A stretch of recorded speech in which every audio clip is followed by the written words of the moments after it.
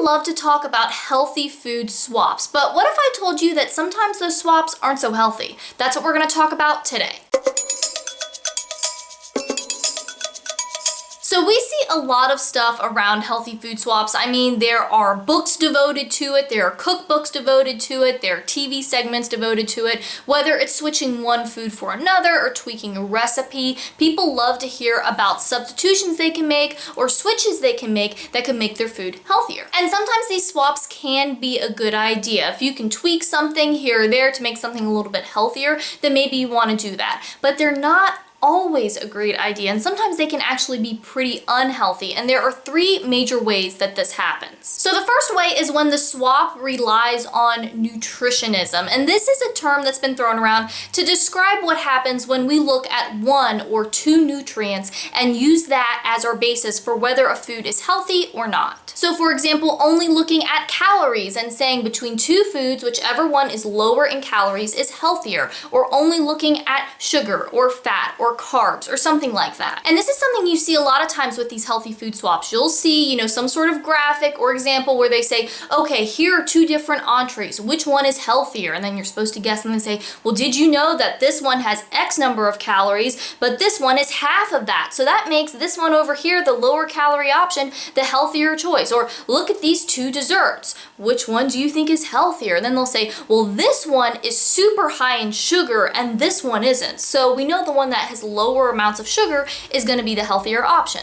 Or another example is, here are two desserts. One is super high in fat and the other has no fat at all. So obviously the one that doesn't have any fat is the healthier option. But the truth is, we can't judge the healthfulness of a food based on just one factor. I mean, going back to the calorie example, just because one food is lower in calories than another doesn't mean that it's going to be healthier for you. And calories are just a unit of energy, and we need energy from our food. That's one of the main reasons we eat food. So this idea that we should have foods that have less energy all the time and that somehow makes a food better just isn't accurate. And the same goes for carbs or fat or sugar or anything else. We can't just look at one factor. We have to look at the food as a whole, and we also have to look at that individual person, their situation, what types of foods they like, what else have they eaten that day. All these types of things play into how hungry someone is and what types of food their body is craving and their body needs. The second time a healthy food swap might not be so healthy is if you don't like the swap. If the alternative doesn't taste good or isn't satisfying to you, then it isn't a good swap. So for an example of this, let's use a cookie. Say that cookies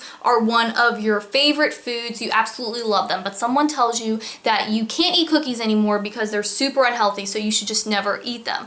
Well, they might recommend to you that you could make this alternative cookie that's a healthy cookie, but these cookies taste like cardboard. So you're making them and they're supposed to be your healthy cookie swap, but they just don't taste good. They don't taste like a cookie. And so what happens? You feel like you want to eat a cookie, but you've been told that you shouldn't, so you make some of these gross cardboard cookies, and then you start eating them. And you eat one, and it doesn't really satisfy you or do the job because it's not a cookie. And so then you eat another, and another, and another, and now you've eaten 10 of these cardboard cookies, and you still don't feel satisfied because they don't taste like cookies. And so then what happens? You go and eat a cookie because that's what you wanted in the first place. But now instead of doing that, you've also eaten all this other stuff that you didn't like, it didn't taste good, and it was just all this extra filler that didn't satisfy you. Something else that could happen is that you eat the cardboard cookie and you try to convince yourself that it's a good substitute and you just roll with it, and you do this for a period of time. But after you've done this for a while, say you go to a party or a family event and there is a big platter of cookies. What happens? You end up getting a cookie every time you walk past that table because you haven't been able to have them. Now you're here and your body is pushing all of your little buttons saying, go eat the cookie. You haven't had a cookie. You've been wanting a cookie for months. This is our time. And then you end up binging on cookies, you feel physically ill because you've just overeaten a bunch of cookies, and you also feel mentally and emotionally terrible because now you have that voice in your head that told you you shouldn't be eating cookies coming in and saying you shouldn't have eaten those, you're bad, blah, blah, blah, blah, blah, blah. And then what is the result of that? You say, man, I gotta go back to those cardboard cookies because I failed here and obviously I can't control myself, so back to the cardboard it is. When really that's the problem in the first place. It just kind of gets the cycle going again. So if the swap isn't satisfying, if it doesn't taste like the thing that you're trying to replace, then it's not a good swap and you would be much better off just eating the thing that you like in the first place. The third instance where healthy food swaps aren't so healthy is when it becomes always or never. So for an example of this, let's say that you know that whole grain pasta is a healthier option than white pasta because all things being equal, it's a little bit higher in fiber and it has higher amounts of certain nutrients. And so that's a swap you want to make. And also, as far as flavor and satisfaction, all that stuff goes, you really don't notice a difference. So to you, eating either one, it's basically the same, and you're also getting this little nutritional boost with the whole grain pasta, so you decide that you want to make that swap. But what happens if you decide that you want to make this pasta recipe that was your grandmother's and it's something she used to make all the time, it's one of your personal favorites, and you also have all these wonderful memories of her making it for you when you were a kid, and you know, all of these great family moments and traditions, all that sort of thing, and you're like, man, I have to make this recipe myself. So you take yourself to the store and you're looking at the pasta and you need a very specific pasta shape for this recipe. Nothing else will work. So you're scanning down the aisles and you're looking for your pasta and you find it, but you realize that there isn't a whole grain option. There's only white pasta available for this shape. What do? Do you go ahead and buy the white pasta because you know that eating white pasta isn't a big deal and you really want to make this recipe that's so important to you? Or do you decide that because there isn't a whole grain option, you can't make the recipe? Continuing with the pasta example, what if you go to a friend's house for dinner and they are serving white pasta? What do? Do you go ahead and eat the pasta because you know it's not a big deal to eat white pasta and enjoy the time with your friends and the conversation and the community?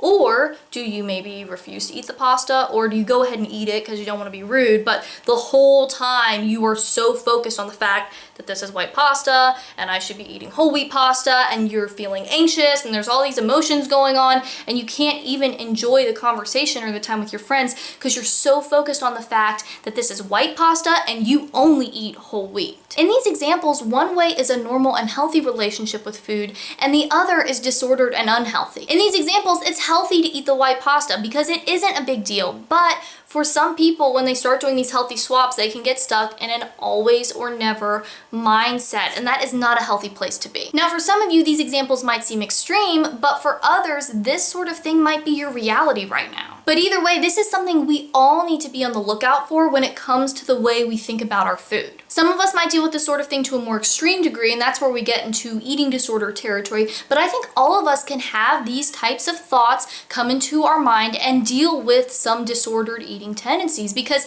in the US at least, we live in a diet culture. We live in a culture where this sort of thing, these types of thoughts around our food and our eating are considered normal, or they're even encouraged or promoted as the healthy thing to do. When you live in a culture where the disordered thing is considered normal, it's more likely to come into your thoughts and behaviors, and it can be harder to recognize. So I think no matter where you fall with this sort of thing, it's just important to be aware of it and be on the lookout for it. Now, with this whole thing, I'm not saying that nutrition doesn't matter. Nutrition matters, and I'm a dietitian, so obviously I care about health and nutrition. But nutrition isn't the only thing that matters when it comes to our food choices. And when it comes to healthy eating, it's about your dietary pattern as a whole. It isn't about one food or one meal or one day of eating. You really have to look at the big picture and look at how all of these pieces are fitting together in your life. And let me know in the comments, have you ever had any personal experience with any of the things that I talked about? And do you have any other things to add to this discussion? And if you are new here and you want more healthy eating tips and nutrition info